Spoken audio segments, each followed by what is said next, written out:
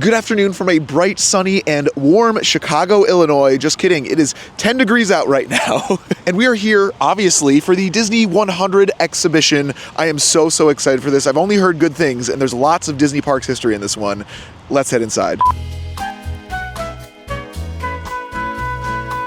The Disney 100 exhibition is put together by the Walt Disney Archives. Not only during this video are we going to be highlighting props, ride vehicles, and so much more, but also there's some interactive moments too, and really a ton of interesting history, including some stuff I didn't even know.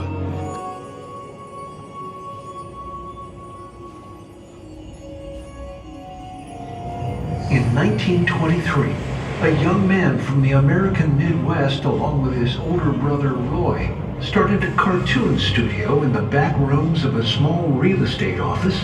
Now, for the very first room of this exhibition, I was literally blown away with the scale and projection mapping inside of this room. It's really kind of like an opening credits and like what you should be expecting when entering the rest of these rooms. They're divided up into many different eras of Walt Disney, kind of, as well as something that you may have already seen that might even be in the thumbnail itself, and that is a Walt Disney hologram, but it's really not a hologram. Here's my pal Walt to tell you how the magic is made. There's a lot of satisfaction in developing ideas into reality. When we consider a new project, we really study it. I know it's kind of hard to tell from these videos, but it's really just like a projection onto a secondary screen. It's like a theme parky hologram, not like a hologram, if that makes sense. And that was obviously not actually Walt Disney. I know it was done with AI voice stuff, as well as I think they might have had an actual actor that they mapped his face onto, but it was very cool. And I think it's something that I'd love to see incorporated, as long as permission is granted by the people who own the Disney estate and stuff like that. I think that makes sense, right? Right after that, we enter room number 2, which is highlighting all the very early films in the Walt Disney Company. So let's check it out. Although the main opening scene does do a really good job at highlighting that one famous quote, "It was all started by a mouse," they do actually a really good job at highlighting that that's not really the case in this first actual exhibit itself here. Because there is a decent amount of coverage on Oswald the Rabbit, which, if you don't know, was the predating character that Walt created before Mickey Mouse, which also, speaking of, Mickey Mouse is here too. One thing I would like to note for those fans of Disney's Hollywood Studios is that this first room feels very much like the Walt exhibit that exists over at that park as of right now, which is a walkthrough. Even the color scheme feels very similar, but I know the rest of this is a lot different and interactive and a lot more historical things that aren't just look at what Walt used to draw. One thing I've already noticed from this exhibit is that it's definitely not just built for the hardcore Disney fans, those who obviously appreciate Disney, but they even have this massive board of a timeline of the Disney Pictures releases. Not only that, but the timeline wall here in the first room does highlight a lot of Disney Parks things as well. I know a lot of people who are fans of this channel are already going to be very interested in Disney Parks, so this is for sure one thing you have to stop and point out, especially if you're with the young ones, and say, hey, look, you're going to see each decade goes through, I think, 10 different highlights from that decade, and it's really cool. I love this part, which I guess then leads us over to the next section, which is where do these stories themselves come from? I'm really excited for this next one. I have no idea what this is. I'm honestly going in here kind of blind. This area is highlighting the origins of a lot of these classic Disney stories, and actually my favorite artifact so far, and one that I did see beforehand, I was like, I need to see this, is an actual screen-used prop from the original 1937 Snow White. Look at that. Do you see this? I'm going to put a reference video from the actual scene this is used in, because I feel like not a lot of people even know what I'm talking about in the first place. But the amount of detail that's in this, I don't know. I'm glad it's not just sitting in some filing cabinet. It's actually here for fans of the Disney company to see. This is so cool. There are tons of photo ops in this area of the exhibit itself, not only some standee cutouts from Cinderella, but also this actual screen-used prop by Julie Andrews in the original Mary Poppins film. During the carousel scene, this carousel scene exactly.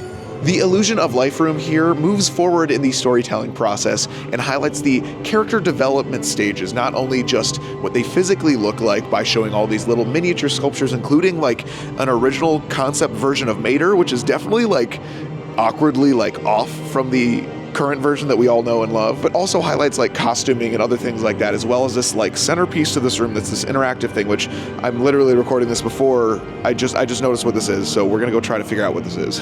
Okay, so it looks like I could like turn a dial here.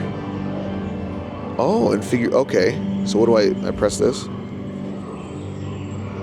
Okay, so this goes through multiple different characters that are within the Disney and Pixar sphere, and it'll highlight like the development process / little questionnaire things. Let's choose Captain Hook, story, which you have to turn the dial for. You can't just, it's not a touch screen. It looks like it would be. And it kind of it goes through the story of Captain Hook.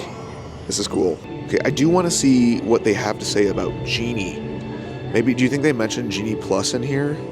Let's go character design. Let's see what they originally started out with it. So unfortunately, it looks like all the like did you know facts on the Genie section here I already knew, but did you guys know this fun fact that they didn't mention here, which I don't think Disney would ever mention, and that is the fact that Robin Williams, when he recorded the voice for Genie, was under the impression that Disney would not be promoting that Robin Williams was in the film itself. He intentionally wanted it to be this way simply because he knew that like him being an already like actor celebrity elsewhere as the voice of this main character within the Aladdin film would take away a lot of future work for future voice actors who are very, very talented doing this as their full-time gig, and he didn't want to be like one of the first of many different actors just swoop in just so they could use the name for, you know, promotion and get people to see the film. Obviously, historically, we know where that went. That is the entire voice acting industry for all major film franchises now. And obviously he was a little disappointed because as soon as the commercial started airing, it was just like a clip of the movie and then a clip of Robin Williams in the sound booth and then a clip of the movie and then Robin Williams doing the voice again. So obviously he didn't get what he wished, but that's okay. I understand. It sold a lot of tickets for sure.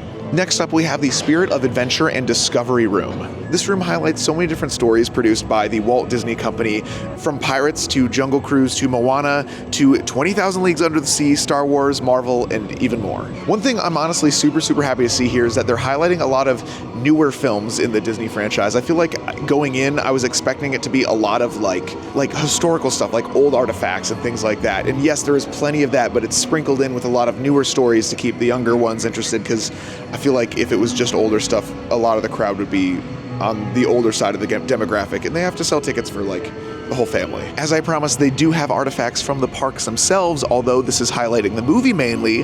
This right here is an attraction vehicle model, which is the original models of the Jungle Cruise ride vehicles. They did have a different awning and probably slightly less seating. This is not actual size, don't worry.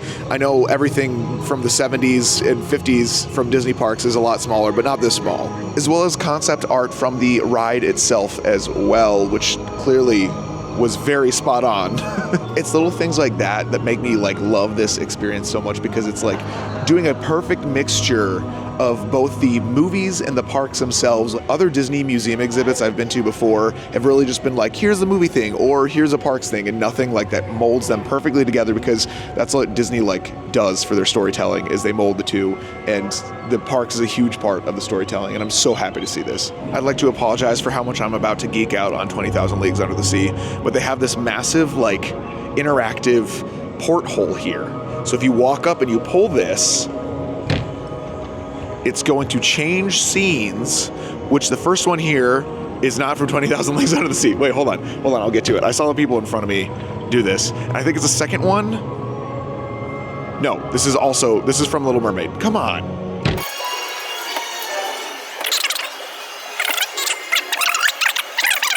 Okay, here we go.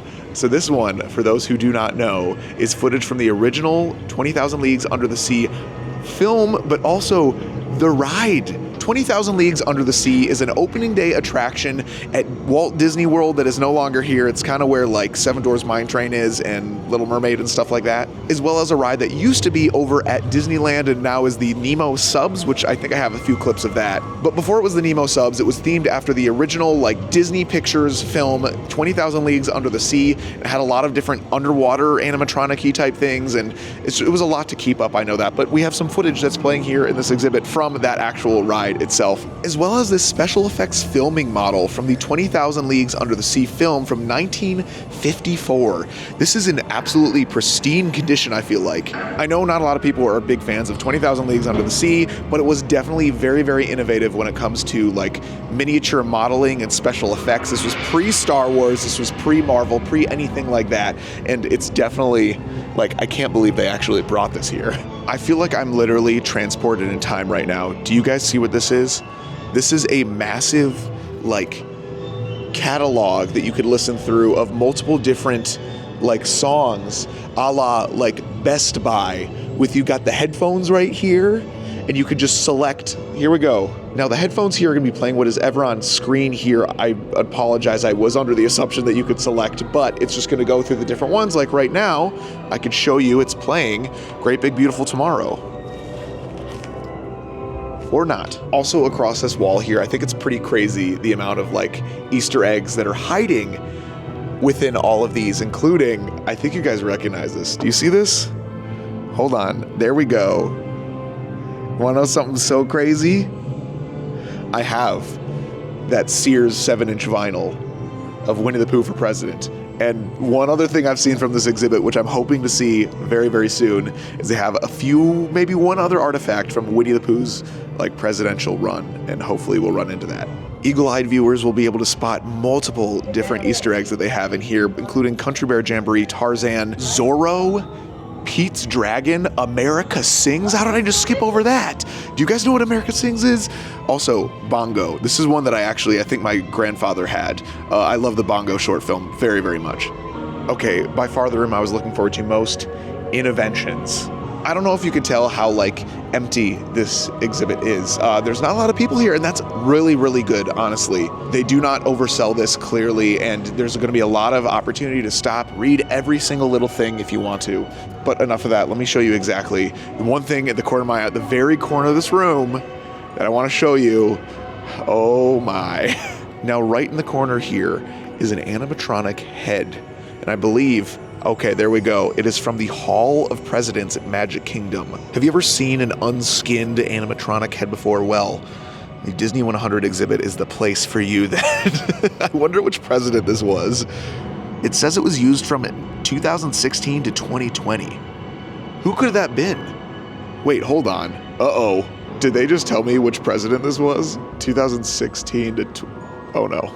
If you're wondering how Disney Imagineering programs their animatronics, or at least how they used to, this is the old audio animatronics programming board that they use. I believe this is one of the models that they did. I've seen in videos for the like Lincoln animatronic that's at Disneyland still as part of the World's Fair, other things like that. Looks like it. Yes, this is 1970 to 1990. And this is a programming console that Disney Imagineers use to operate. If you can't see, there's like an outline of a human body that operates all the fingers, the feet. You could tap look, right here it says tap. You could tap the foot by just pressing that button. That's insane. I'm pretty sure this was used to program, not to like actually operate, because that'd be kind of goofy if somebody had to be sitting there doing every single little motion and gesture while the like show is going on. Right here we have one of the original Great Moments with Lincoln Head. This was on the Abraham Lincoln animatronic, and this definitely is for sure an old one. It's already like, it's very yellowed, but also they had skin on top of this and they kind of cut it open in the side so you could see on the inside too. Okay, hold on, I lied. This is the room I was most looking forward to. This is the Disney Parks room. This room has multiple different ride vehicles from attractions all over Walt Disney World, some of which are oh my God, that's loud. Some of which are recreations, some of which are actual ride vehicles themselves. Can you give a guess on which ones are the real ones and which ones are the recreations? I'll give you a hint. This teacup, definitely they would not be letting people sit in it if it was the actual teacup itself. Here we're looking at one of the bobsleds from Disneyland's Matterhorn attraction. Fun fact, did you know this vehicle looks like it sits 2, but it actually sits 4. There was originally seating like back to back where like somebody would sit in this main compartment thingy here and somebody would sit like kind of on their lap in front of them, and then obviously on that back end too. And I think seatbelts look to be missing. Or maybe there was definitely seatbelts on this originally. Have you ever looked at what these ride vehicles go for at auction nowadays? If you're looking to purchase one, do not get your hopes up. They run for minimum I think $100,000 on something like what's behind me. I know like one of the old Skyway buckets recently sold for $150,000 at auction from Disneyland, the Disneyland Sky buckets. I really like that this entire wall is not only showcasing these things, but also in the style of Main Street. If you see the actual framing of each of these spots, it's like you're walking down Main Street. Obviously, this is a classic Omni-Mover ride vehicle, but if you look closely, this is a model from Adventures Through Inner Space. This is probably the coolest little like artifact that they have in here because this appeared on the attraction itself. They had this effect when you enter the ride where you would like be shrunk down, and this was one of the miniature versions that gets shrunk down after the big telescopy thing. I might be able to throw up a picture of it here just so you can get a picture of like where this is actually from. This isn't just like Disney made this up for a model. Like this actually appeared on the ride itself. The Wonders of Disney section highlights a bunch of different props, artifacts, other things like that. I'm going to quickly lightning lane through all these because there's so many that I want to show you. A East High School Musical Wildcats ball and yearbook. Binford Tools paint stripper, hammer, and level from Home Improvement. I'm sure you know where this is from. This is a prop spellbook from Hocus Pocus. Look at that. But by far my favorite, and one of the major reasons I wanted to come here in the first place, a Pooh for President promotional styrofoam hat. Yes, I'm going to use every single chance I get to promote that one video that I did on Pooh for President. If you haven't seen it yet, it's in the corner. Please, if you're a fan of For the Love of Vlogging, go check it out. It's by far the best video I've ever made on YouTube. And I'm sure some friends will come to bat for me in the comments or other things like that. Go watch it, please. If you love history and Disney and funny memes, go watch it. And last but not least, we are just getting started. What I think is by far the most photogenic spot of this entire exhibit is the final farewell, as well as a really, really unique photo op with the partner statue that you'll see in almost every single one of the classic castle parks around the world, but you could actually walk up to it. And I'm pretty sure this is like probably some 3D printed or some, but like not actual sculpted, but you could actually get up close and you can't do that anywhere else. I wonder where he's pointing to. Let's see, hold on. Let's see if we can figure out where he's pointing. Okay. Here's his hand. He's pointing that way. He's pointing towards the Encanto photo op in the other room. That's strange. You know what would make this partner statue even better? If there was a little tiny cigarette in his hand. Am I right? I think this is the only spot you could even get close enough to see. Look, you can almost see the imprint of the nicotine in his fingernails this close up. Of course, what is any Disney experience without a trip through the gift shop? There's actually a lot of unique, specific merch they don't have anywhere else in this gift shop, including this really cool Disney 100 exhibition windbreaker. But don't worry, if you're wanting to get that taste of the magic, they do also have this priced at what it would be priced at the parks as well, $90. Also, this is a bit embarrassing. You ever show up to a party wearing the same thing as somebody else? Well, I'm feeling that a bit right now. What are the odds that they sell the Disney 100 collection from Roosevelt's here at the gift shop, the Disney 100 exhibition here in Chicago, Illinois, or wherever else this is going to be? That's so crazy. I know there are a lot of you who have said, like, I'd love to get into Roosevelt's, but I want to be able to try them on first in person. Not only can you get that opportunity at multiple different conventions that they might be at, but also here at the Disney 100 exhibit if it's coming to your area, because they have a lot of the collection here, and I love it. This is literally my favorite shirt. The one that I'm wearing right now, the sweatshirt version of the actual shirt. I love this one. All right, so key takeaways from the Disney 100 exhibit. This is something you should definitely try to go to. Would I travel for this again? Probably not, although I am here in Chicago for other purposes, but I did want to fit this in because I don't think this is something that will probably be coming to Orlando. This is a traveling attraction. As of right now, it looks to be staying here in Chicago upwards to like mid-March, April, and then I believe the next location that they've speculated is Kansas City, if that has not been announced already. It's something I recommend for the entire family. Very, very educational. I would say make sure you pace yourself, take your time, because it took me about 2 hours to get through this whole exhibit. Now, I was stopping and filming almost every single thing. I wasn't reading every single thing though, because I know a lot of this history already, and I do read up on this on my own time, but that's not going to be the case for everybody, and I understand that. I would normally be filming this outro outside, but it is currently still 10 degrees, so I just wanted to say goodbye here while I'm inside in the cozy heat. One other thing, if you're coming to the one in Chicago, they do have a coat check here for $2, and I should have done that because this has been my setup while traveling through the entire exhibit all day, and my back is very sweaty because the coat was across my back, and yeah. Today I paid $30 to get into the Disney 100 exhibition. It does vary depending on which day you're here. Obviously weekends are a little bit more expensive, weekdays and weekday times, if it's during the day, are clearly the most like affordable option. If you did make it this far in the video, I ask, please let me know in the comments below what the most interesting artifact or thing you'd like to see added to this exhibition in the future. That way I know you made it all the way to the end. Thanks for being here. I'll see you guys real soon. Say bye, Goofy. Hyuk. Bye.